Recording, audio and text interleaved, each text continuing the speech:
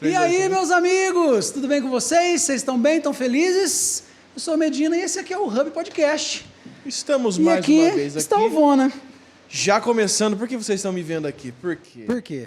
Explica pra eles, Vona. Não, eu não demiti o Brunão dessa vez. Dessa vez.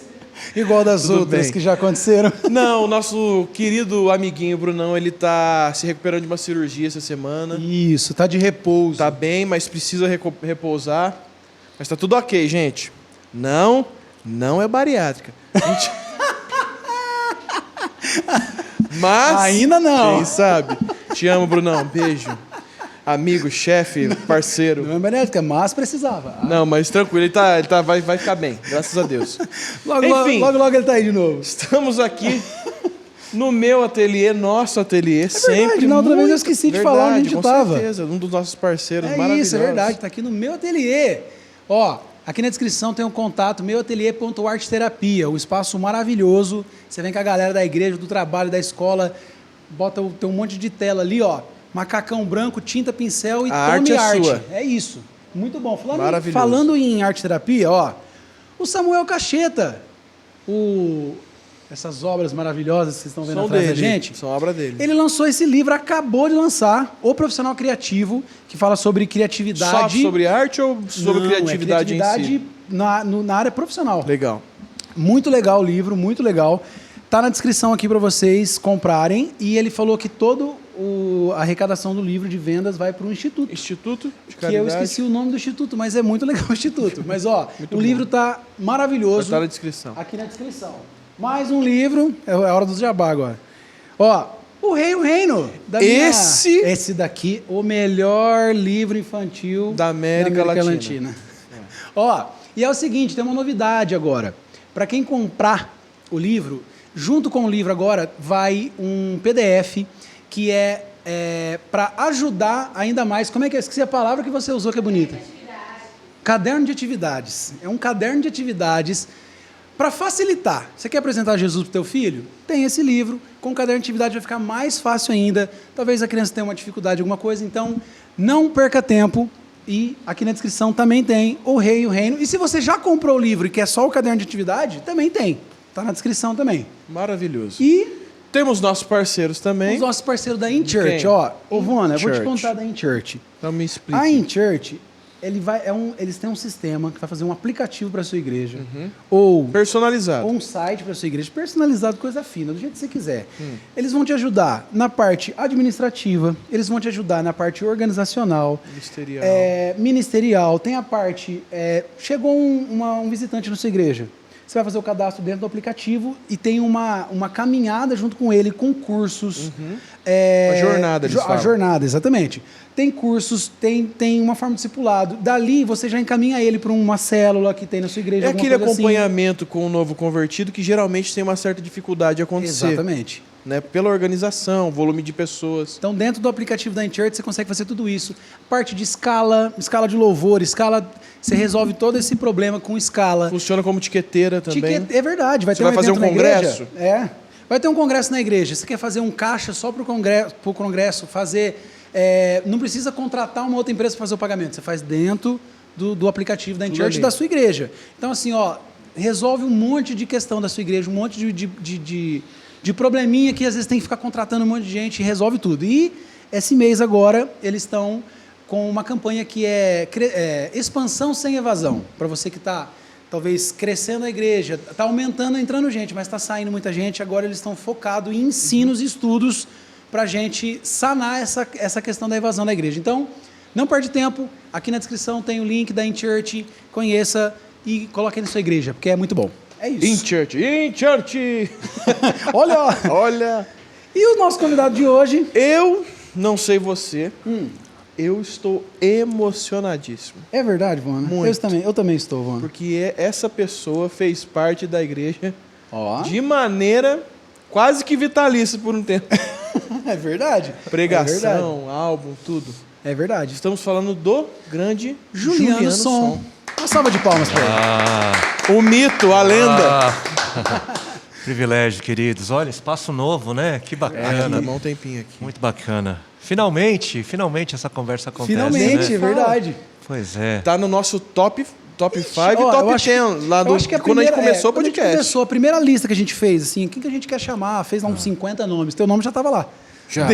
Desde a Lá no primeira comecinho. lista, desde a primeira lista já estava lá. Mas certeza. que bom que você está aqui. A gente está muito feliz, muito honrado de ter você aqui.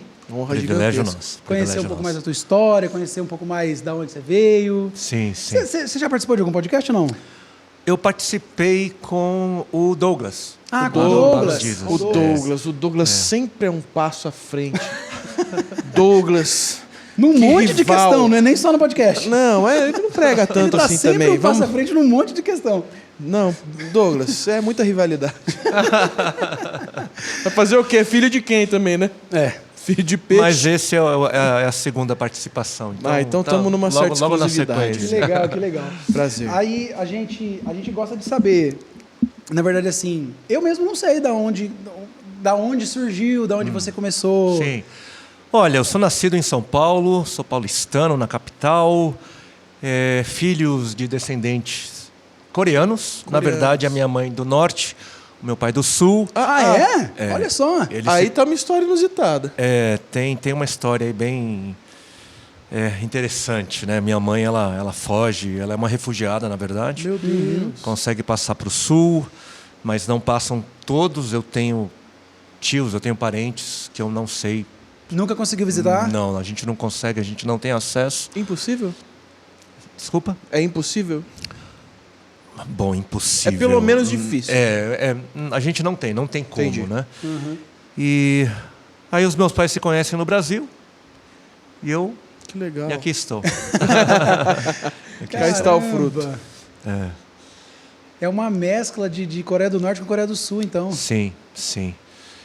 A minha mãe me conta que ela estava com a minha avó no colo e no trajeto para o dia, né, da fuga, ela estava em cima de um trem e parece coisa de filme. E embaixo tinham soldados e passam por um túnel. Caramba. Meu Deus, é um filme. Coisa Dá um de filme. Ela era criança coisa ainda? de filme. Ela era criança. Aí conseguiu passar ela e o meu outro tio. Caramba. Meu Deus. Pois é. É muito... Aí, nascido e criado em São Paulo. Nascido e criado em São Paulo. Depois de adulto eu passo uma temporada fora, né? Passo uns 6 anos fora do Brasil. Eu retorno. Pouco tempo depois eu tenho um encontro com a graça, o Senhor me alcança. Amém. Com quantos anos? Vida nova, eu tinha 26. 26. Então não é de família, da parte de mãe ou pai. Evangélica protestante, não. Não. A gente teve um histórico com a única paróquia católica coreana no Brasil, que inclusive ainda existe, né? Sério? A minha família era bastante envolvida. Os católicos são uma minoria lá na Coreia, mas a nossa família era envolvida. E eu cresci nesse ambiente. Já com o cristianismo, conhecendo. Sim, sim. Conhecia, né, pelo menos os pontos básicos, né? Mas aconteceu que eu viajei, passei uma temporada em Florianópolis, Santa Catarina, e ali eu conheci um povo que de fato dava todos os sinais, mostrava todos os sinais de que criam naquilo que diziam crer. E quando eu me vi no meio deles e vendo a fé deles além da palavra, né? Era uma fé além, né? Era prática. E isso me levou a questionar a minha fé. E eu fui levado a perceber que a minha fé até então era uma fé verbal. Eu dizia que cria, mas a minha vida, né? O meu viver do dia a dia mostrava que não. E na verdade eu era um ateu prático, né? Apesar de ter vivido toda aquela história. Crise gerada ali na hora. Crise. Aí eu fui perceber que, na verdade, eu não cria em Deus. E eu tive uma experiência, antes da minha experiência do encontro, né? Eu lembro que eu estava no meu quarto, sozinho, e depois de passar uma temporada com esse pessoal, eu fiz uma oração, e nessa oração, pela primeira vez, até onde eu me lembro, eu sentia que tinha alguém ali do outro lado. não era uma oração Sim, vazia. mecânica, vazia, mas era uma oração que eu fiz entendendo que havia de fato alguém me ouvindo, que Deus estava me ouvindo. E nesse momento de fé, a oração que eu fiz foi: Senhor, eu não consigo acreditar no Senhor. Né? Me ajuda. A mais sincera possível. Foi uma oração sincera. Me ajuda. É demais, sabe, para minha cabeça, toda essa realidade que diz respeito a Ti. Não dá, me ajuda. Eu não consigo. A eternidade, os conceitos. Não dá, é muita coisa. Me ajuda. E naquela noite eu fiquei ali passando por passei um tempo ali clamando: faz alguma coisa acontecer. Deixa eu ver um facho de luz, deixa eu ver a tua voz, né? E eu fiquei ali, um sinal de pedindo um sinal. E aí eu, enfim, caio no sono, durmo. Isso foi, acho que numa quarta-feira. E aí, no dia seguinte, eu sinto sendo ministrado no meu coração, né, sobre as evidências dele no meu passado. Poxa, você me pediu um sinal.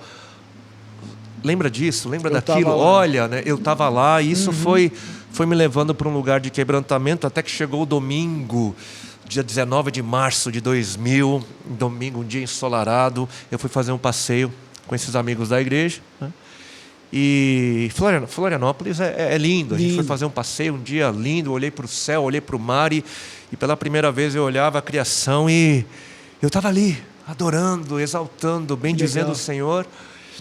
E aí chegou a noite. Eu me lembro que na primeira vez que eu fui nessa pequena comunidade, foi 19 de fevereiro de 2000. Começou ali, não conhecia muita coisa, não conhecia as canções e tudo tal. Eu lembro que o pastor subiu, eu olhei assim para o pastor e eu não fui com a cara dele. Né? Não fui com a cara dele. Eu não reclamo, quando eu conheci o Brunão eu também não fui, então eu tenho... E aí chegou 19 de março, esse dia lindo, culto à noite... E depois de passar praticamente quase todos os dias na igreja, porque essa turma me chamava para tudo, né? Era culto dos jovens, encontro na semana, culto de oração, Ponto Cruz, culto das irmãs culto da manhã, enfim, eu estava junto. Cheio de fome. No começo não, né? No começo era mais pela companhia. Né? Sim. Começou na carne. Terminou no espírito. Foi assim mesmo. Aí no processo o será foi crescendo, né? Até que chegou esse dia e adorando ao Senhor pela criação, culto à noite. Depois de um mês você já começa a reconhecer algumas canções. Sim. E eu cantando, pela primeira vez o que eu cantava era de coração. E aí o pastor, o pastor Oswaldo sobe lá e começa a pregar, e aquilo que ele prega, enfim, é para mim, né? Alguém contou uma história. E ali eu tenho uma experiência, né? Uma experiência diferente ali no contexto da igreja, inclusive, que era mais tranquila, né? Eu tive mais ali era mais tradicional, e eu tive uma experiência mais pentecostal, né? Pentecostal, né? A gente já nasce assim. E no meio do evento, né? de conversão, onde não era normal ter esse tipo de olha, até hoje eu não conheço nenhuma história que assim, equivalente, né? Nem no Novo Testamento eu achei uma experiência parecida. Mas foi algo que assim como Tomé, né? Tomé, puxa, ele é aquele discípulo, né? Que fala, poxa, se eu não tocar, se eu não... Julgado. Na verdade, ninguém creu, né? Mas ele é aquele que representa... Ele foi o sincerão, né? Ele foi o sincerão. Ele falou, olha, se eu não ver, né? Se eu não tocar, né? Eu não vou conseguir, né? E aí o Senhor, quando ele aparece de novo em cena, ele vai para Tomé. Tomé, é isso que você precisa para acreditar em mim? Ó, né? Eu te dou... E ali, no meio daquele evento, eu começo a ser ministrado no meu coração. Né, Juliano, era isso que você precisava para acreditar em mim, para acreditar, né, no meu amor, na minha bondade, na minha existência. Né? E aí ele me deu. Né? E aí naquela noite, aí a minha vida mudou, virou de cabeça para baixo. A partir de então... começa esse trajeto, né, que me trouxe até aqui, que fez a gente viver aquilo que a gente viveu. eu, na verdade, até conhecer o Senhor, os meus planos eram de ficar por Florianópolis, ficar por Floripa, estava muito bom. Trabalhava com o quê? Porque você já tinha 25 anos? Na época eu fui representando o trabalho da minha família, né?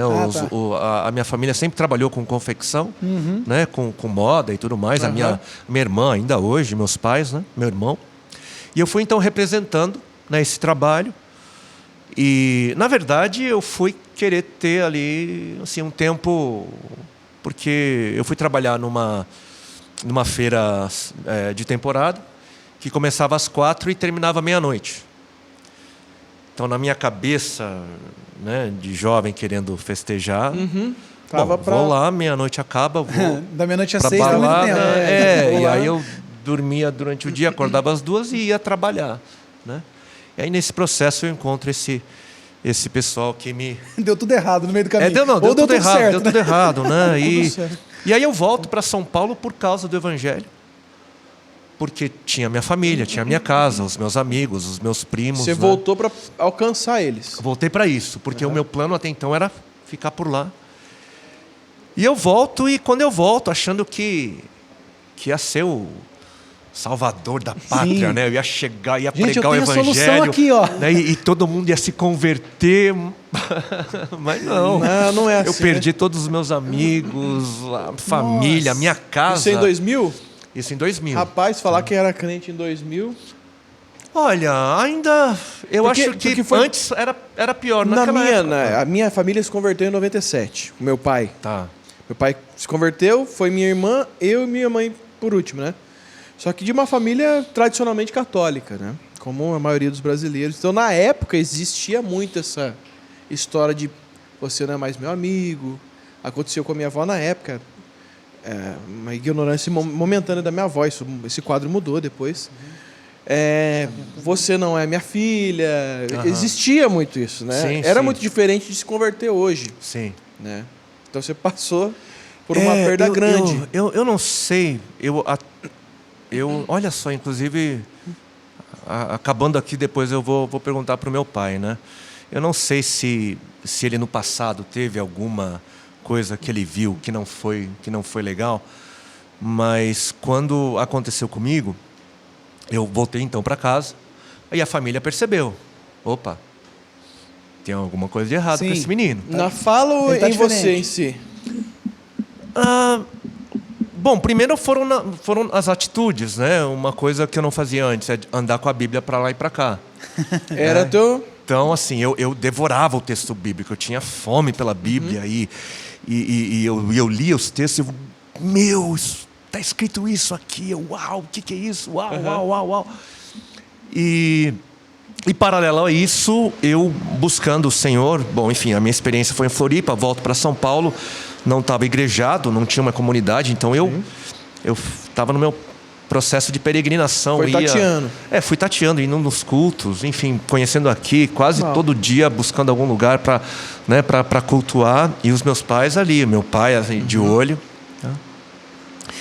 E teve um dia, até que veio o dia que eu estava trabalhando, né? Trabalhando ali no escritório, e o meu pai, ele me pega assim, porque eu estava ali trabalhando, de repente eu me lembro, puxa, de um texto bíblico, onde é que está escrito isso mesmo? E aí eu fui para o texto bíblico para buscar rapidamente a referência, onde é que era. E aí ele entra no escritório, né? E isso já foi depois de um tempo, né? Depois de ele perceber algumas mudanças. E esse dia, eu fui descobrir depois que nos bastidores já estava rolando um negócio tipo... E agora, o que a gente faz com esse menino? A minha irmã... O que fizeram com ele? A minha irmã contando umas coisas, que eu entrava no quarto e aí, enfim, a gente se quebrantava. E ela ia contar para os meus pais, o Ju tá lá chorando de novo no quarto. Ela me achava deprimido, né? Porque eu sempre chorava, mas não era depressão, né? Era outra coisa. E aí ele, enfim... demonstra ali que foi a gota d'água, e tem um episódio lá no trabalho, e foi um tempo assim... Teve essa rejeição, assim... Teve. Rejeição religiosa, vamos dizer assim. Puxa, olha, eu por muito tempo evitei os podcasts. Olha, mas fica à vontade porque... que se você... Pois é, eu sei. E pode ser até cortado, se você quiser, sei, por isso não, que é gravado. eu sei, porque a gente acha que está num bate-papo íntimo. Você se pegou nisso agora, né? Não, a gente vai falando, a gente vai se empolgando. É normal. E aí não, você não está numa sala com 2 pessoas. Você está numa sala com, sei lá, possivelmente centenas, né, de milhares de pessoas. No mês, milhões. Bom, enfim. Mas, olha só, a minha avó, né, que morava com a gente, ela foi uma das primeiras a se manifestar, né? Sério? E aí eu me lembro que... Foi a primeira experiência espiritual com a família. Depois que eu volto, após algumas semanas, a família entende alguma coisa diferente, o cenário é diferente, e eu tentando, obviamente, plantar sementes aqui e ali. Sim. Uhum. E a minha avó um dia veio no meu quarto, eu fui conversar com ela, ela falou algumas coisas e eu quis... Olha, avó, não, deixa eu te mostrar o que está escrito na palavra, né? E ela, não quero saber disso daí, né? Chegou assim, a tal ponto. E no dia seguinte, ela tem um derrame, né? Meu Deus. E ela perde toda a sua locomoção. Nossa, Ela capacidade motor. Ela ficou paralisada, né? Eu fiquei meio em crise, né? Poxa, novo convertido, estou tendo uma conversa com a minha avó, tento mostrar para ela a Bíblia, ela rejeita a Bíblia e no dia seguinte ela tem um derrame e está paralisada. Culpa minha, né? E eu fiquei em crise, falei, puxa, o que foi isso? Né? Foi juízo? Foi alguma coisa? Eu não sei, entrei em crise, né? Só que faz tempo que a gente não fala dessas coisas, olha. Só que toda noite eu me ajoelhava na cama da minha avó e eu percebia que ela estava deitada, ela ficava deitada, mas ela olhava assim com o olhinho, ela sabia o que eu estava fazendo, né? Sabia que eu estava orando. E aí depois de um tempo ela começou a melhorar. Ela foi recuperando, ela foi, né, recuperando a mobilidade. Até que chegou um dia que ela falou assim para mim, eu quero ir onde você está indo. Uau. Eu quero ir na igreja onde você está indo. Olha só. Né? Aí eu levo ela e ela ali tem uma experiência com no primeiro culto, assim, ela do início ao fim, ela assim, quebrantada, né? E ela passa então por um processo, é batizada nas águas, né? A igreja celebra e aí o Senhor levou ela, né? levou ela. Depois de um tempo, né? Mas no começo foi bem assim. Mas você chegou a perguntar para ela o que aconteceu, o que moveu ela a querer ir? Você chegou a ter essa conversa com ela?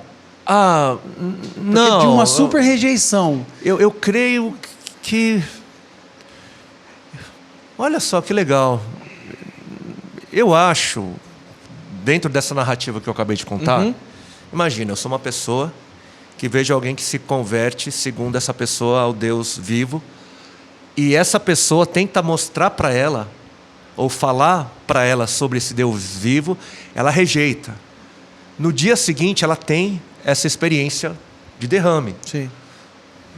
Alguma coisa deve ter passado pela cabeça dela. Sim, com certeza. Né? Com certeza. E aí, algum ponto. E aí você percebe na cama essa pessoa a quem você rejeita e o evangelho, né? Ela está orando por você toda noite, todo dia. Sim. Você melhora e eu imagino que ela teve, né? Obviamente, a gente falava do evangelho, falava do Senhor, ela recebeu. Talvez a experiência em si tenha falado mais alto, né? Esse amor, assim como essa foi recuperação. comigo, né? Eu creio que não fosse essa intervenção da graça do Senhor em permitir que eu tivesse com Ele uma experiência que me ajudasse na minha incapacidade, né, intelectual ou de percebê-lo. Ele alcançou ela, alcançou a minha casa, a minha família, depois os meus pais. me compartilharam, né? Como eles se perceberam encurralados, né? Pela graça. Sim. Né? Teve um episódio que também foi bem marcante, né? Agora eu vou contar, já estou contando, né? Me edifica e edificou a tantos. A coisa ficou pesada em casa, né? Sim. E aí eu lendo as escrituras ali, e aí eu me deparei com a pessoa do Espírito Santo, me deparei com os escritos do apóstolo Paulo e também o testemunho de alguns desses irmãos de Florianópolis, né, que apesar de estarem numa igreja tradicional, eram assim, tiveram experiências com o Espírito Santo. Sim. Né? E eu me lembro que uma vez eu estava entre eles orando e de repente eu ouvia algo e via algo diferente. Né? Eles oravam e cantavam em línguas que eu não entendia, não sabia o que era. Me dava um temor, mas me fascinava. Eu achava bonito. Aí eles me explicaram um pouquinho, né, sobre a realidade do Espírito, né, e como eles foram inseridos nessa realidade. E aí, me lembrando disso, lendo as Escrituras e percebendo que o apóstolo Paulo dizia, olha, quem ora no Espírito, a si mesmo se edifica. E eu estava passando por um tempo difícil. E eu comecei a buscar. Aí uma segunda-feira, se eu não me engano, dia 27 de maio. Eu tenho um diário, né? Um pouco depois do meu batismo. Estou impressionado com as datas, né? Pouco depois do meu batismo nas águas, né? Que foi no dia 21 de maio. E aí eu estou lá, Senhor, a Tua palavra, né? Eu estou precisando de edificação, estou precisando ser fortalecido e veio, né? O Senhor, em graça, em misericórdia, né? Eu não sei explicar o que aconteceu, mas eu só sei que fluía e eu caía para um lado e caía para o outro, e uma alegria assim que eu não consigo, né, descrever. E quando eu estava ali no céu, a minha mãe bate na porta do quarto, a porta estava trancada. E eu, ai, Senhor, eu não quero sair daqui.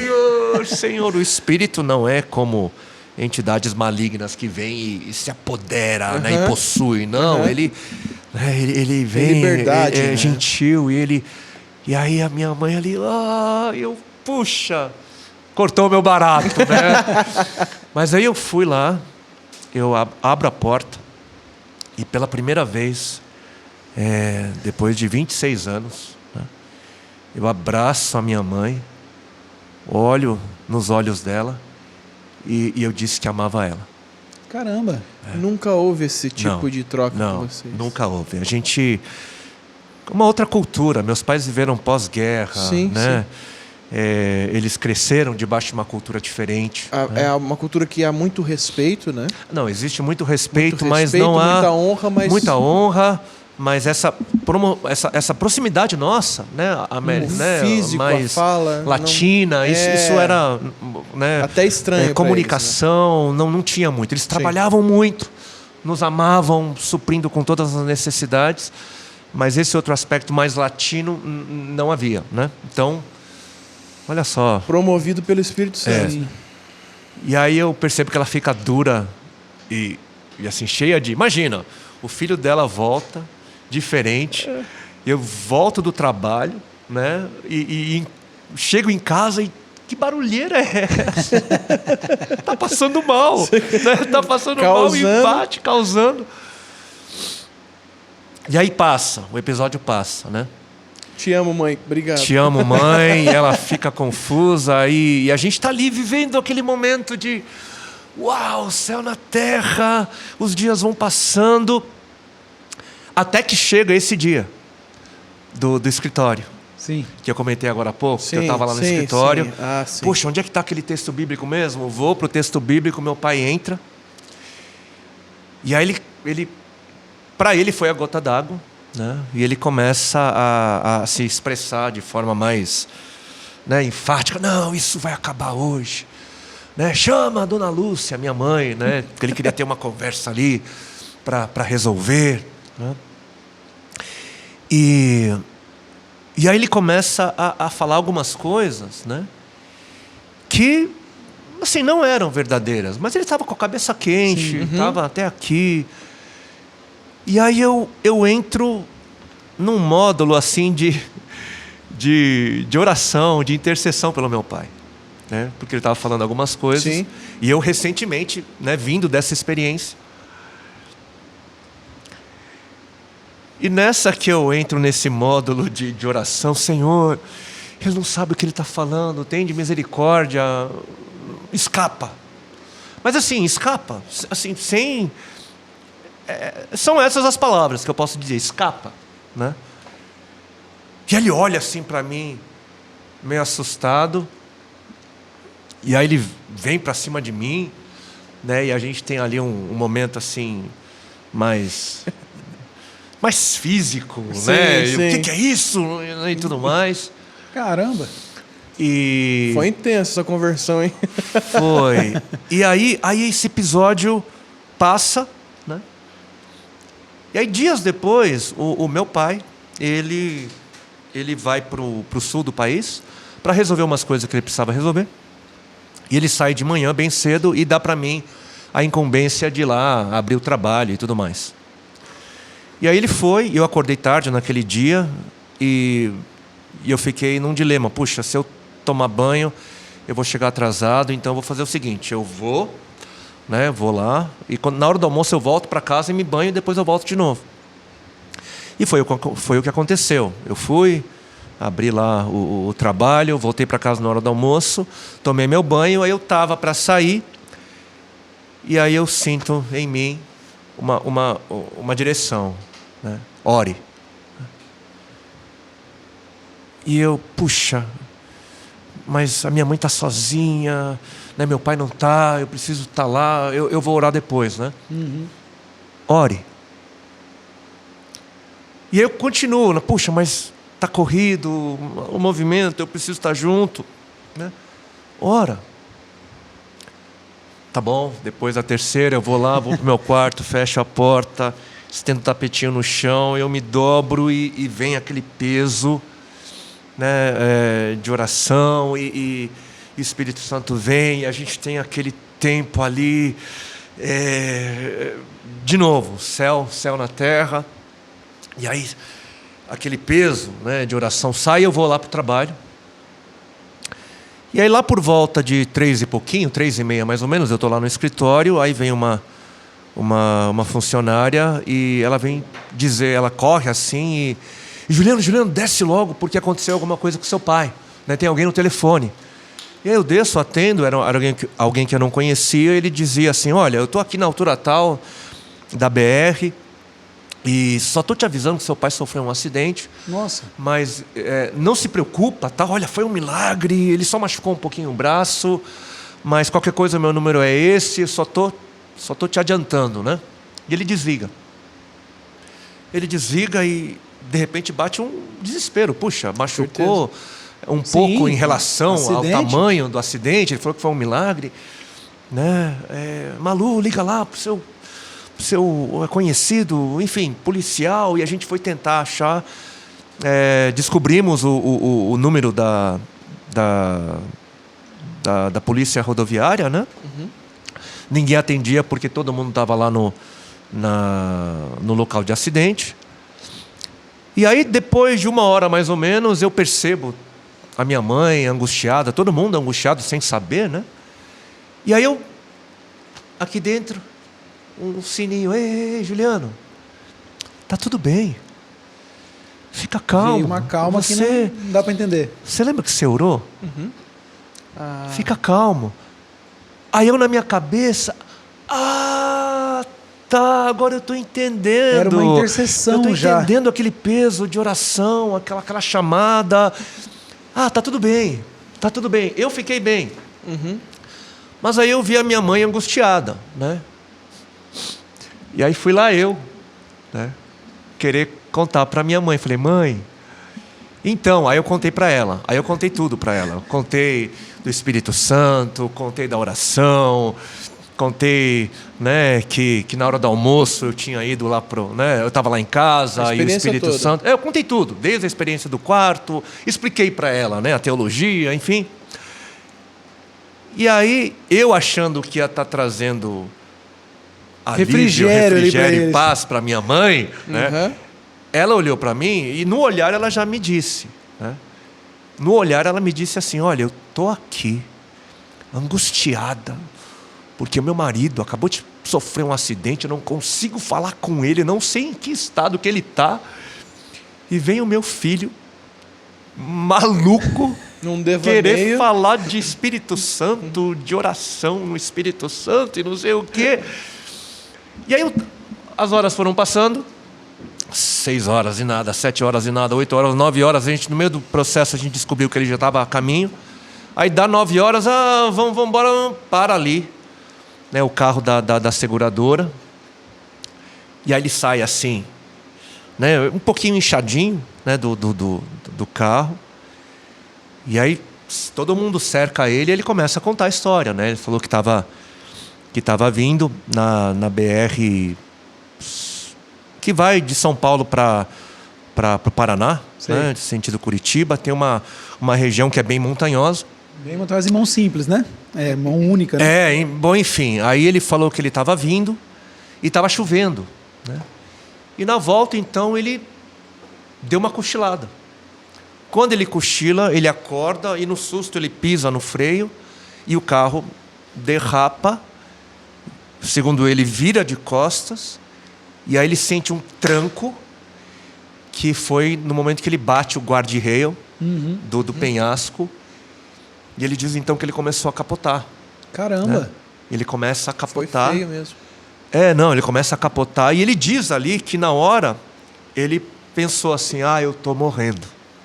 Né? E de repente o carro para. Ele capota, ele para. E ele assistia muito filme de ação, né? E carro que capotava. Carro que capota, né? O que acontece? Né? Explode, né? Aí, bum, né? E aí o carro para e o motor ficou ligado, vai explodir. Ele tentou, né, sair, de repente foi aí que ele se machucou, não sei. Mas, enfim, ele teve que esperar o resgate, né? E aí ele contou pra gente que o policial havia dito que ali muita gente tinha morrido. Né? Que ali, enfim, é muito perigoso lá.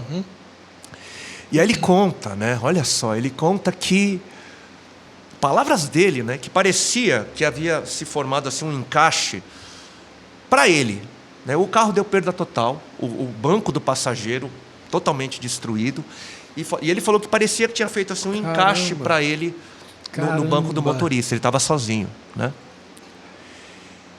E olha o que ele falou. Onde ele caiu, né, era um penhasco de 40, 50 metros, mais ou menos. Nossa. Né? Só que ele falou que não tinha nada naquele penhasco. Uma única coisa que tinha era uma única árvore saindo ali, de um lugar, não sei de onde, depois de uns 10, 15 metros, e o carro enrosca lá. Senão ia descer muito mais. Senão, ele tinha caído mais 40, 35 metros para baixo. Meu Deus. Ele capota 10, 15 metros e engancha nessa única árvore que segura o carro. E aí ele está falando, e eu por dentro eu já estava dando glória a Deus. Eu sei. Querendo explodir, glória a Deus. Aí a minha mãe, né, como quem não quer nada, né, ela se pergunta, porque quando a gente recebeu o telefonema, era 3h30, né? Como eu te disse. A gente achou que quando a pessoa ligou para a gente, o acidente aconteceu, sei lá, naquele horário, 3 horas, enfim. Aí a minha mãe pergunta: mas quando foi que isso aconteceu, papai? Aí o meu pai diz: olha, foi ali na hora do almoço. Foi a hora que você estava intercedendo. Quando a minha mãe ouve dos lábios do meu pai, na hora do almoço, a minha mãe olha assim para mim e eu lembro dos olhos dela assim enchendo de lágrima. E ela começa a contar aquilo que eu contei para ela, para todo mundo que estava ouvindo. Papai Juliano, hora do almoço, Espírito Santo, oração no Espírito. E aí, a partir de então, as coisas começaram. Então a mudar dentro de casa. Caramba. É literalmente o foi pela dor. A avó, Olha, outras talvez, coisas mais, outras coisas mais aconteceram também, mas isso foi algo marcante, não só para mim, testemunho legal, cara. mas legal pra gente ouvir, pra quem na passou, hora que tá passando. passando, mas poxa, algo. E aí dali eles falaram, a gente precisa aí os entender meus esse pais, Jesus. aí os meus pais entenderam, olha, não mexe com ele. Palavras deles, né? Na concepção dele. Mas hoje eles são, Glória a Deus. creem no Senhor, são super apoiadores, né? Na verdade, tudo aquilo que a gente viveu como livres, né? Livres para adorar, essa trajetória toda, foi por causa dele. Cara, pode falar. Pode. Só dessa parte. Cara, é incrível como a experiência da conversão... a gente, durante um tempo... Eu até achei muito bonito falando, nossa, a gente esquece disso. É muito bom trazer ela à memória sempre. Sim, né? sim. Porque parece, eu não sei, o restante eu falo por mim, né? Parece que você chega a um certo momento, principalmente... eu tô na estrada com Morada há 5 anos. O Morada 13, você tá um pouquinho mais, né? Um pouquinho só. Um pouquinho mais. Não só pela estrada, mas parece que a estrada agrava um pouquinho isso. Às vezes parece que você fica um pouquinho cauterizado se você não fizer a manutenção no seu espírito. Sim, sim. E trazer a memória, a própria ceia é um ato de trazer a memória ao sacrifício de Jesus. Sim.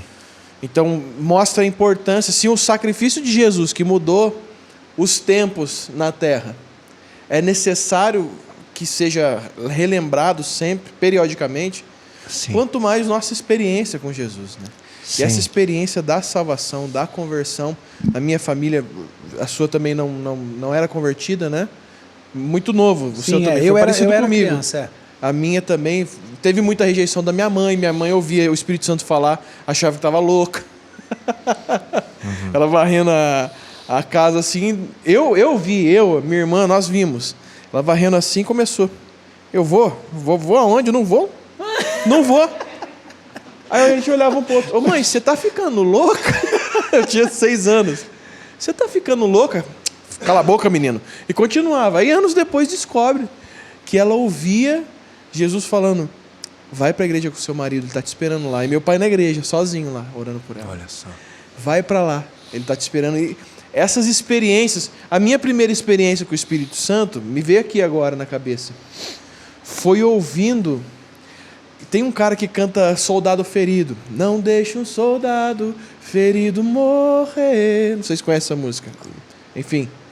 E a minha primeira experiência com o Espírito Santo foi minha mãe colocando essa fita para ver o que era que meu pai ouvia. E ali eu comecei a chorar.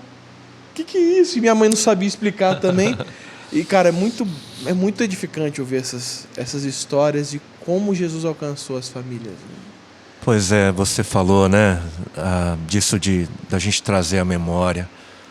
E o Senhor, a gente percebe ali que Ele nos chama para isso na ceia, que você mesmo mencionou, sobre fazermos isso em memória dEle. Né?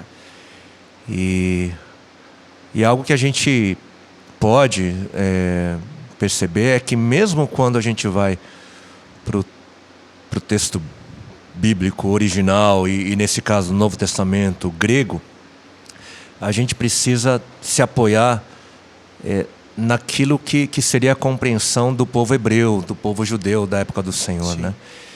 E para o hebreu, eu tenho a impressão que diferentemente da gente, porque quando a gente fala trazer a memória, é meio que ser transportado, talvez, ir para o passado, viver essa coisa da saudade, da nostalgia, né? Saudosismo. Mas na compreensão, né, hebraica, judaica, esse se lembrar ou trazer a memória não seria a gente ser transportado daqui para o passado, mas o contrário. É trazer o passado para hoje, para que essa realidade do passado seja vivenciada e experimentada hoje. Como um espelho mesmo. Então, quando a gente celebra a ceia, a gente não a gente está vivendo essa realidade hoje, a realidade de ontem, hoje, naquele momento, naquela experiência, e agora que eu fui levado a trazer a memória, e eu fui abençoado, eu fui emocionado, porque eu, de alguma forma, eu vivi aquilo de novo. Né? E isso faz bem para a nossa alma, né? Para a nossa caminhada. Ô, Juliana, eu estava fazendo a conta aqui, eu até abri o Spotify para olhar. O primeiro álbum do Livres foi em 2005. Isso. Então, foi muito pouco tempo depois. Você já estava ministrando, você já estava... Olha... Como que foi isso? E só para encaixar na mesma pergunta, onde que a música entra na sua vida? Então, a cultura coreana, né, a asiática, ela é bem musical. Né? A coreana, bastante também. Né? Eu morei um tempo lá na Coreia, e lá na Coreia, em cada esquina, você encontra aquilo que é chamado de quarto do canto ou da canção, norebang, né? É um lugar onde você vai, é um quarto pequeno, né? Alguns um pouco maiores, para você ir sozinho, com 2 pessoas, 3, 4, 5, você paga por hora e canta. Né? Se você tem uma maquininha ali... Tipo um karaokê. Tipo um karaokê mais particular, seu ali. E então isso tem em cada esquina. Caramba. O meu pai me conta que meu avô, ele cantava 8 horas por dia. Ele lá no sítiozinho dele construiu uma gruta, né? E a gruta fazia eco, enfim, tinha um reverb, né? Entrava lá e ficava cantando. E o meu pai também, ele sempre cantou, comprou uma máquina de karaokê em casa, e eu cantava em casa. Né? Cantava em casa, cantava na igreja, nos festivais. E aí eu tive o sonho de cantar. Inclusive, quando eu fui para a Coreia, eu fui buscando trilhar esse caminho da música. Morei um pouco mais de 5 anos lá. E, de fato, gravei a Samsung, na época tinha quase foi um artista K-pop. Na verdade, todo mundo deve a mim. Tô brincando. Inclusive, Gangnam Style, na verdade, é dele. Olha, mas enfim, eu tive ali um período ali na música da Coreia, com o selo coreano, turnê pela Coreia. Caramba. E aí eu volto pro Brasil porque estava cansado daquela vida longe. Né? Sozinho você estava? Sozinho, estava sozinho. É pesado, né? Pesado, cultura diferente. E aí um pouco tempo depois eu então conheço o Senhor, e depois que eu conheci o Senhor eu me afasto da música, na verdade, por ter vindo desse ambiente de holofotes. Mas aí o Senhor ele foi santificando a minha compreensão. E aí, em 2001, a gente começa a ministrar, assim, como Beck na igreja. Mas então, esse trabalho da Coreia chegou foi algo sério, então? Gravou? Sim, gravei 2 álbuns. Na época tinha a KMTV, que é a MTV Korea, né, da Coreia. Sim. E aí a gente gravou clipe pela MTV, né? Passamos por lá. Como eu queria ver esse álbum. Pois é. É uma época antes, né, do YouTube. Não tem nada digitalizado. Antes, mas não tem nada a ver com o K-pop de hoje. Ou era parecido já? Olha, na época... eu dançava de saber o que era a música. Então, na minha época, você ser um cantor ali pop coreano era cantar de tudo. Então, num álbum tinha jazz, dance, rock, balada. Isso era um cantor pop? Era um cantor pop. Então, eu tinha uma música de trabalho, que eu viajava com alguns dançarinos, e eu tinha passos. Eu não consigo imaginar. Gente. Não consigo imaginar. Muito bom. Essa me pegou. Tem vídeo disso? Então, a minha mãe tinha um VHS. Ela tinha. Ela deve ter ainda, mas eu acho que os anjos, né? Depois de uma oração Sumiu. Ela pensou, de novo, melhor não mexer com esse menino. Não. Isso não precisa trazer. Sim, entendeu? Essas coisas a gente não precisa. Não precisa, mas seria incrível. Não precisa. Não precisa, mas seria muito legal. Mas é que eu não consigo. É que a imagem do Juliano é tão séria, sabe, com credibilidade, que fala, não, melhor... Muito bom. Não, melhor deixar quieto isso aqui lá atrás. Pois é, mas... Passos de dança. Pois é, então... Então, aí eu volto, enfim, aí aos poucos a gente vai sendo inserido, né? Na igreja, no culto. Fazia Beck, você falou? Fazia Beck, depois de um tempo seminário, e aí depois de um tempo ministrando, liderando louvor.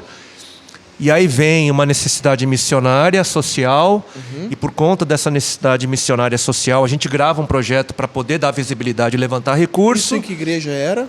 Era na IMOSP. IMOSP. Uma igreja étnica, uma igreja coreana, Sim, sim. que nasceu para servir a comunidade coreana imigrante. Só que nós fomos nascendo no Brasil e perdendo o contato com a língua, com a Sim. cultura. Então a gente foi ali ajudar na plantação de uma comunidade brasileira dentro da comunidade coreana. E aí a gente teve esse projeto, nasce o primeiro álbum bem caseiro, literalmente, né? Caseiro, feito em casa. A gente lança para poder fazer o que eu acabei de dizer, levantar recursos, visibilidade, acaba caindo depois de um tempo na graça da igreja, né? Aí depois de 1 ano e meio, a gente faz a nossa primeira viagem, né? Em novembro de 2006, né? E aí começa uma nova estação, onde a gente entende que por meio da música a gente poderia também estar levando a proclamação, Sim. né? E falando do... Eu tô até olhando aqui, esse primeiro álbum, teve alguma música que já teve um... No primeiro álbum, olha, tem uma ministração ali que vira uma faixa, né? Era uma ministração que não estava programada, né, para entrar, é a ministração da cruz. Eu estava ali no meu quarto, de repente eu estou ali, né, tendo um momento com o Senhor e vem, né, e do jeito que veio, foi. Né? E, inclusive, quando a gente foi gravar lá na salinha, né, do Gustavo, né, esposo da Nívia Soares, né, a gente estava lá na sala da casa dele. Ele é uma figura. E ele tinha lá um microfonezinho, e ele foi tocando e eu fui. A ministração que está lá é essa ministração que aconteceu na sala, só para ser um tipo de... Espontâneo? Não, para ser um ensaio, digamos assim, para a gravação. Uma passagem. Para a gravação que iria acontecer. Aí quando a gente vai para a gravação, não flui. Aí desde então a gente entendeu, a primeira é de Deus. Então você pode ver. Aí veio a mensagem, veio Para Que Outros, veio os outros CDs. Sempre foi assim, a gente grava a primeira e é a primeira que vale. A gente, então... Se for tentar melhorar, não vai. Não dá. Então a gente... Você teve contato com o avivamento de BH? Olha, a gente... sobre o Gustavo. Eu era aqui de São Paulo, né? Quem não acompanhou de longe? Quem não foi abençoado pelo David, pelo Cirilo, pela Ana Paula? Né? Nessa época, como eu te disse, eu nasci em 2000. Né? Então eu ouvi ali um pouquinho, né, do pastor Ademar, né? Mas aí o Diante do Trono, logo na sequência o David, o Cirilo, a gente colava, né? Viajava. A referência era essa, né? A referência na época era essa, né? Inclusive, quando eu fui gravar o primeiro álbum, eu fui para BH, né? Porque o Gustavo morava lá, Sim. né? E aí eu ficava na casa do David, né? Sim. Eles, pela graça do Senhor, né? Mais uma vez eu deixo aqui um salve pro querido e precioso David Keelan, né? Foi um apoio, algo que me, enfim, facilitou. Sim, alavancou. Funcionou, né? Sim.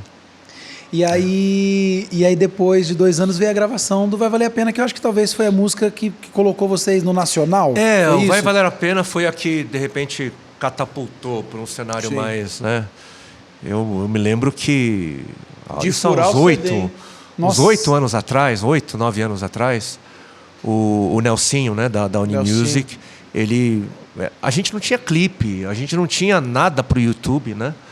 Mas o pessoal fazia as montagens. Teve uma montagem da ponte que alguém fez e gravou e fez uma montagem, subiu no YouTube, milhões de visualizações. Mas há 8 anos atrás ele fez um levantamento, tinha mais de 500 milhões de views. Caramba! Né? Nossa! Isso lá atrás, né? Só que a gente não... Enfim, era um outro tempo, era um outro momento. Nossa, né? mas esse número até hoje, você entra Não, no top 3 música gospel mais ouvida. Você entra mesmo. Não, pois eu não sei hoje o que seria isso de número real, né? Então, se 10, 8 anos atrás era isso... E ainda até hoje, quando a gente vai, enfim, para os Spotify, né, para os números, né, a gente percebe que na nossa discografia a Vai Valer a Pena está ali. Sim. Ainda entre as primeiras mais ouvidas. A então, música de trabalho, né? É um mistério. Caramba. Né? Não, foi de arranhar o disco de tanto que a gente ouvia, né? É a segunda. É a segunda mais ouvida. No Spotify, 47 milhões. Que ano que foi lançada? 2008. Isso aí, mano. 2008. É bastante. Spotify criou força quando agora? Porque se você falou de 500 milhões, Cara, a música A1 mais ouvida até do mundo é Ninguém Explica Deus. Ninguém Explica Deus. Que tem, eu acho que 800 milhões. Sim. A outra, eu acho que tem 600 e pouco. Se a sua, 8 é que anos atrás, tinha 500... É que a era pós, né? Sim, naquela época ninguém fazia isso. Sim, né? Então, é algo tipo assim, você... é muito número, é muita Sim. coisa. Que Sim. legal, cara. Eu lembro de uma pregação. Foi como eu conheci o Livres até, foi através dessa música. Refresca a minha memória. Tá. Onde você descreve o sofrimento de Cristo. Então acho que essa é a foi- ministração da cruz, eu acho, do primeiro álbum. né? É. Nossa, cara, é de chorar aquilo lá, cara. Aí o E você pessoal acompanha levava nos esses- encontros, Isso. nos retiros. Isso. Por Onde isso. foi essa ministração? Então, foi aquilo que eu te falei, Esse que eu tava foi no o meu espontâneo? quarto. Esse foi foi o espontâneo. espontâneo, esse daí que foi, do jeito que Cara, foi. Inacreditável. Você era levado a um choro que não dava pra explicar quando você trazia a dimensão daquilo. Então, sabe? era a graça. Por isso É. que quando a gente foi gravar, eu falei, meu, tá legal, tá bonito, mas não sei, não tem, não tá com aquela graça que aquela gravaçãozinha. A gente teve que mexer, porque foi no microfone, não foi no microfone para gravação, né? Foi ali só para. Aí eu lembro que o Gustavo, a gente tentou equalizar e tudo mais, e foi. E foi aquilo. E foi. E nessa... Aconteceu. Eram outros tempos, né? A gente tem um quadro hoje do cristão, do gospel, onde, trabalhando nisso, eu vejo uma compreensão muito maior, entre aspas, do que é o mercado. E as igrejas compreendem isso de maneira muito mais simples, para as igrejas hoje levarem o ministro, um ministério é muito mais tranquilo. Você, olha, o que vocês precisam? Esse é o rider, esse aqui, eu preciso disso, como um comum acordo, normal. Só que vocês aconteceram numa outra época. Como é que era isso? E caminhar na ação em outra... Eu creio que era uma visão bastante diferente. Bom, a gente sempre entendeu que o nosso papel era servir, né? Então a gente ia nas comunidades, nas igrejas, e era com aquilo que tinha, né? A gente respeitava as culturas. Se era numa Assembleia de Deus, a gente se vestia diferente. Sério? O povo raspava a barba. Muita história, né? Não cheguei a usar terno e gravata. Até onde eu me lembro. Mas eu cheguei aí mais bonitinho, mais social, né? Digamos assim. Sim. Né? E era assim, era para servir as comunidades do jeito que elas eram. Né? E, olha, para a gente era bem tranquilo. Sim, haviam assim, os desafios técnicos, né? Sim. Porque hoje a gente está vivendo um outro tempo, a gente tem acesso a muita coisa bacana aqui, que dá uma experiência diferenciada para as pessoas, mas a gente meio que talvez assistiu à transição. A gente meio que facilitou para vocês. Não Era tenho só dúvida. mato. Era só A mato, gente pô. abriu o caminho. Tá doido? Né? Porque foi só depois de muito tempo que a gente começou a falar de marca de amplificador. Eu levava um amplificador, eu levava, né, o meu Vox, o meu Ampeg, a gente levava o Rider. Né? Se a gente com tudo digital tá dando 700, 800 quilos, só o Ampeg, esse, o Vox... esse número aí, mano, eu tô... Diante de Deus. Não, mas antigamente 800 quilos de equipamento, eu tô... Diante de Deus. Mano... É equipamento, hein? Eu levo bateria, eu levo ferragem, eu levo tudo. Mano do céu. Passado. Juliano, aí você até comentou agora há pouco sobre a parte missionária. Sim, sim. Como que surgiu isso? Isso. Da onde veio esse desejo de, na verdade, pro sertão, né? Algo totalmente Aham. diferente. Sim, sim. Bom, a questão missionária, isso tá ali, tá muito claro, né? Ide, vão, preguem o evangelho a toda criatura, e os discípulos fizeram isso, e foi só porque eles fizeram isso o evangelho chegou até nós. Sim. Se eles não tivessem ido, né, mas eles foram. Sim. Né? O evangelho não pregado não tem a eficácia. Não é o poder de Deus para salvar, para restaurar, para curar. E isso foi bem claro desde o princípio para a gente.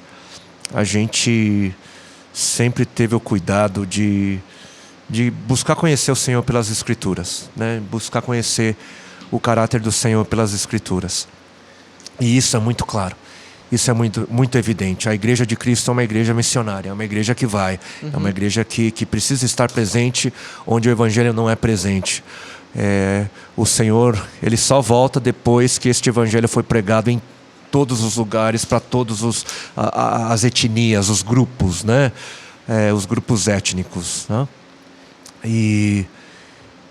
Então a gente sempre muito envolvido com essa realidade, até que em 2012 a gente é levado, né, para o Piauí, mas antes do Piauí a gente já trabalhava com crianças aqui em São Paulo. Né, o Livre Ser era um projeto que buscava resgatar e cuidar de crianças vítimas da orfandade, enfim, do abandono, crianças que, né, ficavam com a gente 24 horas por dia, 7 dias por semana. E a gente começa esse trabalho apenas com a convicção de que Deus amaria essas crianças, né, e amava muito mais, né, de fato do que nós. Passa 5 anos, a gente começa a entender melhor a dinâmica, o trabalho começa a sobrar, e a gente começa a orar por uma expansão, e a gente então é dirigido pelo Senhor para o Piauí. Estou encurtando aqui a história. A gente vai para o Piauí, descobre que é um lugar onde de fato precisava muito.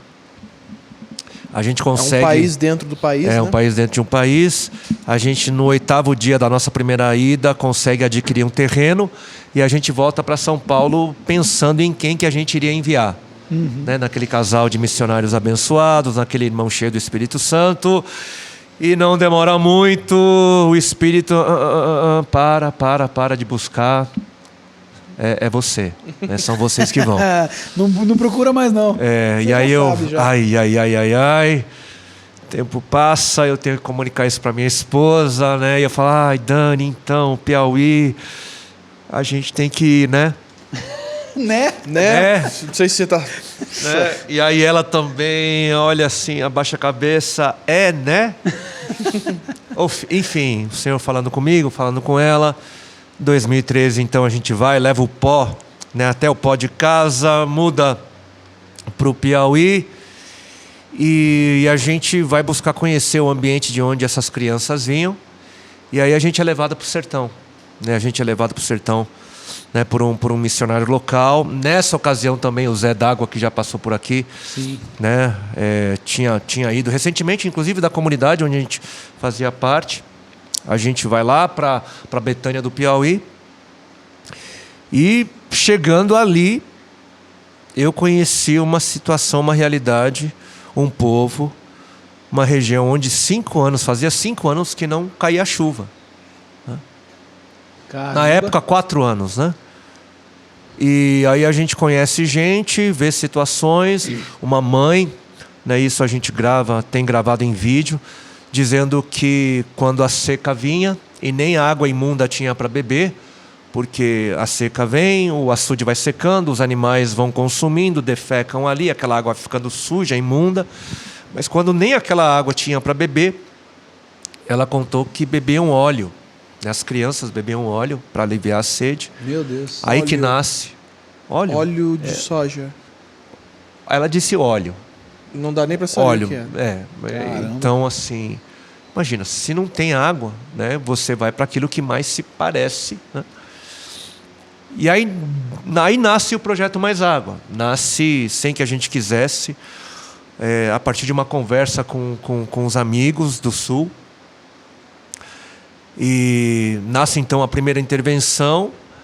E ao mesmo tempo que a gente está ali, a gente vai percebendo que o semiárido é uma região, possivelmente a última fronteira missionária, né, do nosso país. A gente sabe dos ribeirinhos, mas diferentemente dos ribeirinhos, o sertanejo não tem água, não tem acesso àquilo que é mais básico para a vida. Né? Então é uma realidade mais hostil, mais difícil de se chegar. E aí, de uma experiência que a gente tinha vivido numa outra vida, né, anos antes, lá na África, né, a gente passou ali pelo continente umas 2 vezes, viveu ali servindo missionários, né, na primeira vez coreanos, na segunda vez norte-americanos. E aí a ideia foi, poxa, ok, a gente tem a música, tem amigos, vamos agitar as águas, vamos chamar a galera, vamos chamar todo mundo, vamos chamar médicos, dentistas, né, enfim, vamos levar. Né? E a gente levou a galera ali e acontece o primeiro impacto, que era para ser o quê? Uma mobilização missionária, vamos todo mundo junto amar esse povo e quebrar esse... Porque o sertanejo ele tinha um olhar, né? Ele tinha um preconceito quanto ao crente, né? Sim. E aí a gente foi, leva amor, o Senhor vem, restaura, cura, transforma, a comunidade, né, é transformada por conta do Evangelho. E aí essas ações passam a ser repetidas. Né? Inclusive agora em janeiro de 2024, a gente vai celebrar 10 anos de Impacto Sertão Livre. Já se passaram 10 anos, Senhor. Daí já a gente vai falar sobre isso, gente. Por favor. E eu me lembro, puxa, falando de impacto, de ação missionária, Betânia do Piauí, pouca gente ouviu falar de Betânia do Piauí. Eu conheci através do Impacto. Eu até então também, né, não fosse pelo Rafa, né, depois pelo Zé. E acontece o impacto, 10 dias, nessa ocasião 5 anos que não chovia, e sem que os amarelinhos tivessem combinado. Amarelinhos são aqueles que vestem o colete amarelo durante o impacto. E sem que a gente tivesse combinado, a gente ia nas casas e os amarelinhos oravam por chuva.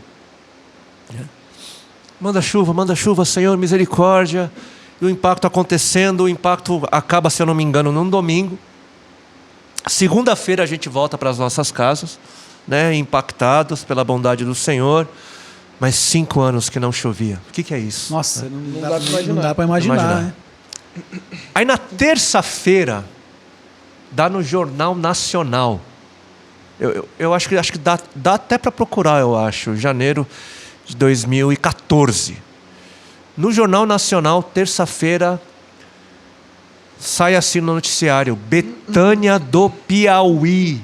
Falou a em cidade. Estado de emergência, porque havia caído uma chuva torrencial, as estradas foram destruídas e aquele quadro de pânico, né?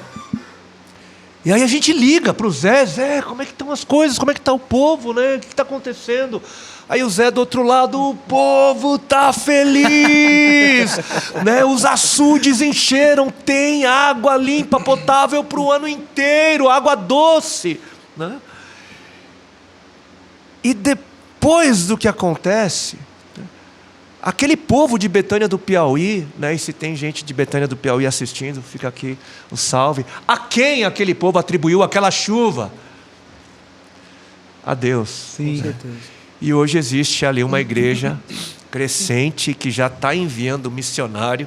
Uau, né? Hoje a gente já começa a perceber a segunda onda, né? A primeira onda vem de fora e a segunda onda é os próprios nativos, né? Gente do local ganhando Sim. as pessoas da região, né?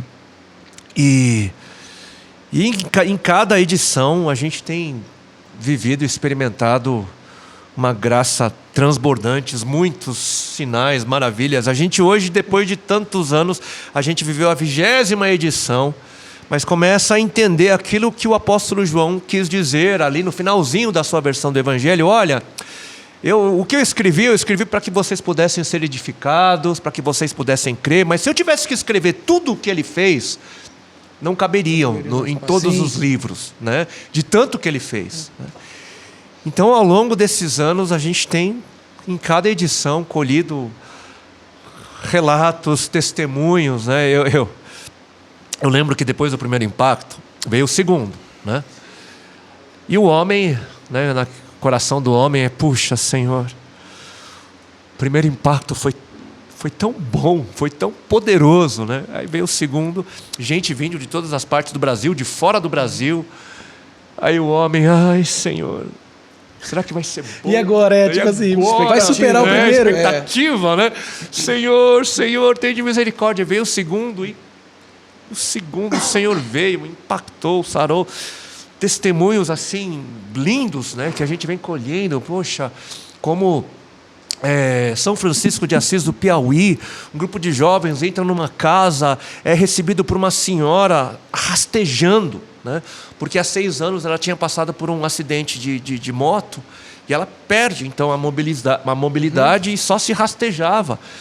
E aí eles vão, compartilham do Evangelho, e um jovem ali do tamanho, né, com a fé do tamanho de um grão de mostarda, né, vão orar, né, e oram por aquela senhora.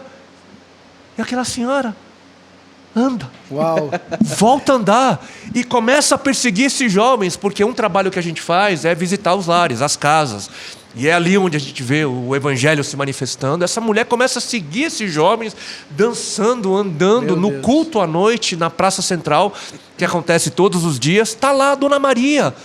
Mas não é aquela Dona Maria, é aquela Dona Maria e a comunidade dançando conhece ela, e adorando, conhece ela. Naquela impactou. noite o prefeito entrega a vida para Jesus, a esposa do prefeito entrega a vida, os secretários, enfim, né? Testemunhos como esse, né? E aí vem a terceira edição e de novo o homem, ai, foi tão bom isso, aquilo, o Valmir, as Jesus, histórias, né? Agora precisa alguém ressuscitar, Jesus. Não, e aí vem o terceiro, e o terceiro impacta, o Evangelho, que é o poder de Deus, se manifesta. Aí vem o quarto, vem a quinta edição, a sexta, a sétima, a oitava, a nona, a décima. Aí tem uma hora que o homem, pela graça do Senhor, aprende. Ele aprende. E aí ele não fica mais com essas questões no coração e para de orar por isso. Sim. Porque agora ele sabe. Eu já sei como é que faz. Agora a gente sabe, né, que Deus vai vir. Agora a gente sabe que o Evangelho, que continua sendo o poder de Deus, ele vai se manifestar, trazendo cura, restauração, salvação. A gente sabe, a gente vai com a expectativa de ver a glória de Deus, né? 20 edições, poxa. Não vai ser agora que vai falhar. Não vai ser agora, e tá chegando, gente. É agora que a gente entra, pega esse gancho. Então a expectativa agora é sua. Porque eu vim aqui com a expectativa de fazer essa chamada. É uma chamada, sim, para todo mundo que está ouvindo, uma chamada para vocês também do Morada. Com certeza. Né? Para a gente estar junto ali, erguendo um altar de louvor, um altar de adoração ao Senhor, nessa região que por tanto tempo tem clamado por vida. Né? E essa vai ser a edição de 10 anos. Toda edição, como eu disse, é especial. Né? Mas é uma edição para a gente celebrar. É um ciclo, né? É um ciclo, exato. São 10 anos. E a gente quer fazer algo diferente. A gente quer né, fazer uma festa, né, para estremecer os alicerces do inferno, glorificar o Senhor, levar, né, um exército numeroso para lá, trabalhar numa região diferente. E isso não porque é a 10ª edição, mas é porque essas mobilizações, elas repercutem. E uma coisa que a gente tem percebido ao longo dos anos é que essa mobilização missionária desperta, né? Desperta o olhar missionário, desperta igrejas, desperta comunidades, desperta indivíduos. Né? E a gente tem percebido que jovens, enfim, médicos, dentistas, psicólogos, professores que vão para lá e se doam, amam assim como o Senhor amou, têm essa experiência, eles voltam incendiados, voltam impactados, porque assim como aqueles 70 que foram enviados voltaram jubilosos porque haviam visto a glória de Deus, né? O impacto ele tem feito isso, não só nos nossos corações, mas nos corações daqueles que se disponibilizam, né? Então eu quero deixar essa santa convocação para a gente estar junto, né? nessa edição. Qual que é a próxima data? Vai ser em janeiro de 2024. A gente só está esperando, infelizmente, a gente precisa do aval, né, das autoridades locais para dizerem assim, olha, podem vir. Por quê? Porque a gente precisa usar os postos médicos, a gente precisa usar as escolas, os ônibus, a praça, enfim, é feita todo um trabalho de cooperação, né? Então, mas vai ser na segunda quinzena de janeiro. Inclusive, a pré-inscrição já é possível fazer. Tem que fazer uma inscrição. Dá para jogar o link lá, né, Medina? Vamos jogar na descrição aqui o link. Isso, o link tá aqui na descrição para todo mundo acompanhar. Né, a gente, né, pode acompanhar também pelo arroba Missão Livres, né, no Instagram, nas redes sociais. E ali tem mais informações. Né? Então vamos lá. Eu sou dentista. Ok. O que eu posso fazer e como eu faço? O que eu preciso levar? Como que funciona isso? Olha, a gente, graças a parcerias, né, de outras instituições, como por exemplo a AMES, ela tem 4 vans odontológicas. Olha que legal. Né? Suporte total. Então, na van mesmo tem todas as maquininhas. Só precisa do tem profissional. Os equipamentos. Precisa do profissional. Mas, além disso, obviamente, a gente vai comunicando, né, a esses profissionais da saúde, por exemplo, né, o que se deve levar, o que pode se esperar. Né? Mas olha só, puxa, já que a gente está falando da equipe médica, né, da equipe da saúde, e eu quero aproveitar esse momento, né, quando a gente olha para o Ministério do Senhor, a gente percebe que o bem-estar físico e a proclamação do Evangelho andavam juntos. Né? Porque ele proclamava, sim, o Evangelho do Reino do Senhor e curava os enfermos. Sim. E nos chamou para fazer o mesmo. Né? E a gente sabe que a medicina, sim, o Senhor cura num toque, mas Ele cura também pela medicina, que é um instrumento da graça do Senhor. Né? É um instrumento da graça do Senhor. A gente percebe o apóstolo Paulo falando a Timóteo que ele tinha ali um problema estomacal, né? E ele fala, e ele receita vinho. Isso. Ele receita o remédio da época. Uhum. Né? Então, ou seja, obviamente tinham orado. Imagina, um discípulo não vai ter fé, Paulo, né? Sim, tinha orado. E a gente percebe que, em última instância, o Senhor sim deseja o nosso bem-estar. Sim. Né? E por isso, olha, orou. Não funcionou, ou não funcionou, não aconteceu, né? Existe a medicina, né? Sim. Então eu quero deixar essa convocação como é importante, né? Como o trabalho da saúde mobiliza a comunidade e como isso manifesta a graça do Senhor, né?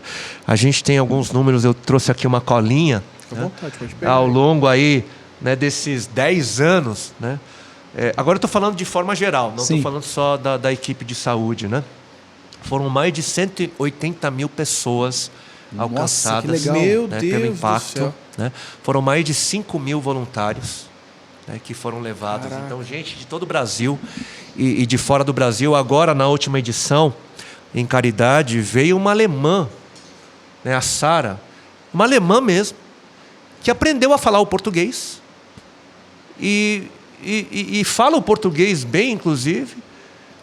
Alemã que ouviu, foi buscar, descobriu sobre essa ação e veio. Veio por conta. Veio uma psicóloga, né, veio por conta e fala um português, olha, melhor do que muito brasileiro, né?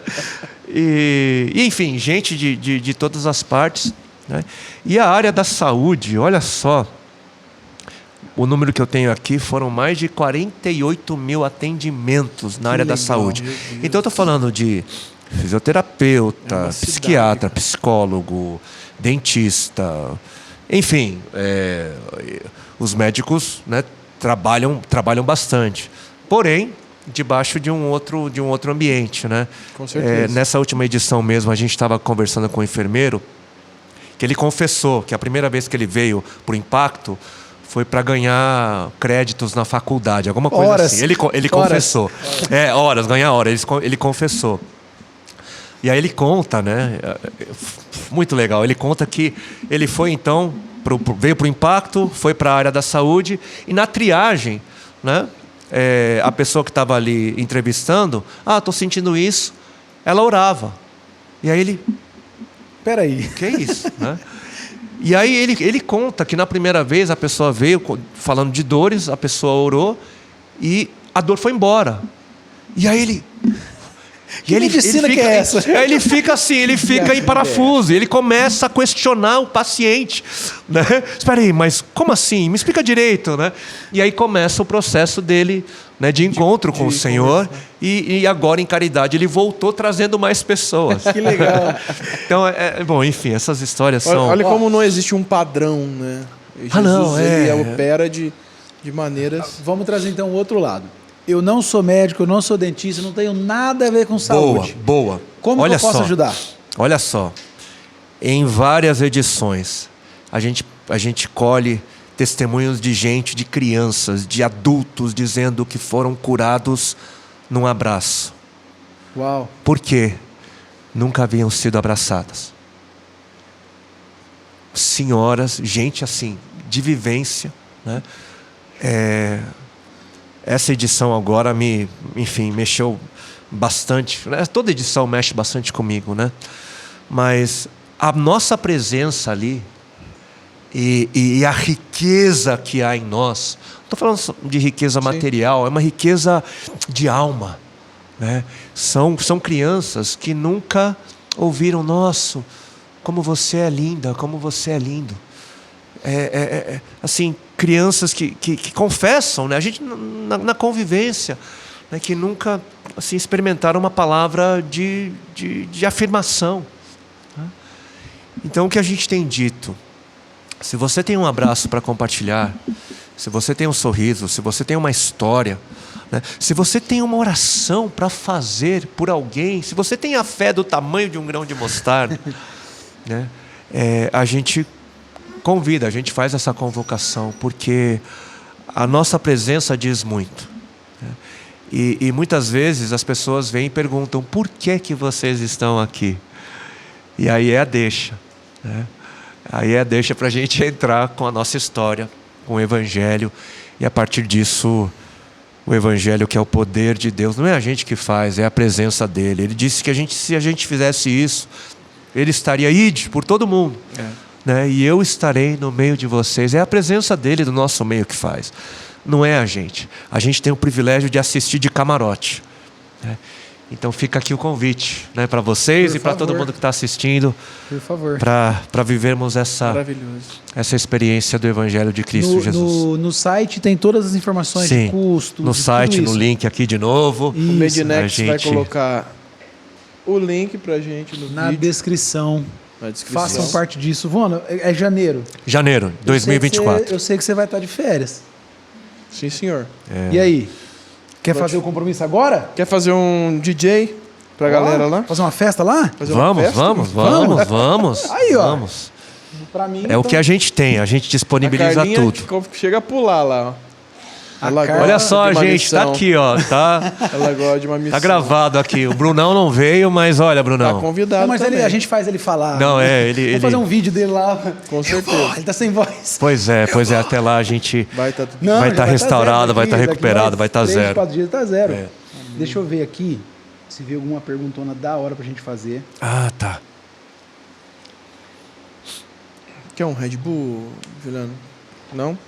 Tranquilo. Obrigado.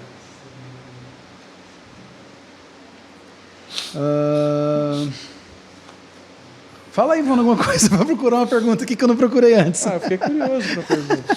É que fluiu tanto a conversa. Olha, e já foi vem para caminhos... Uma coisa já que você falou como faz que é para participar do Impacto. Que a galera... Queria saber mais sobre o Impacto. Tem bastante pergunta falando sobre isso. Então, gente, já está falado. Já está falado. A galera reclama e elogia que a hora que vê já falou muito, né?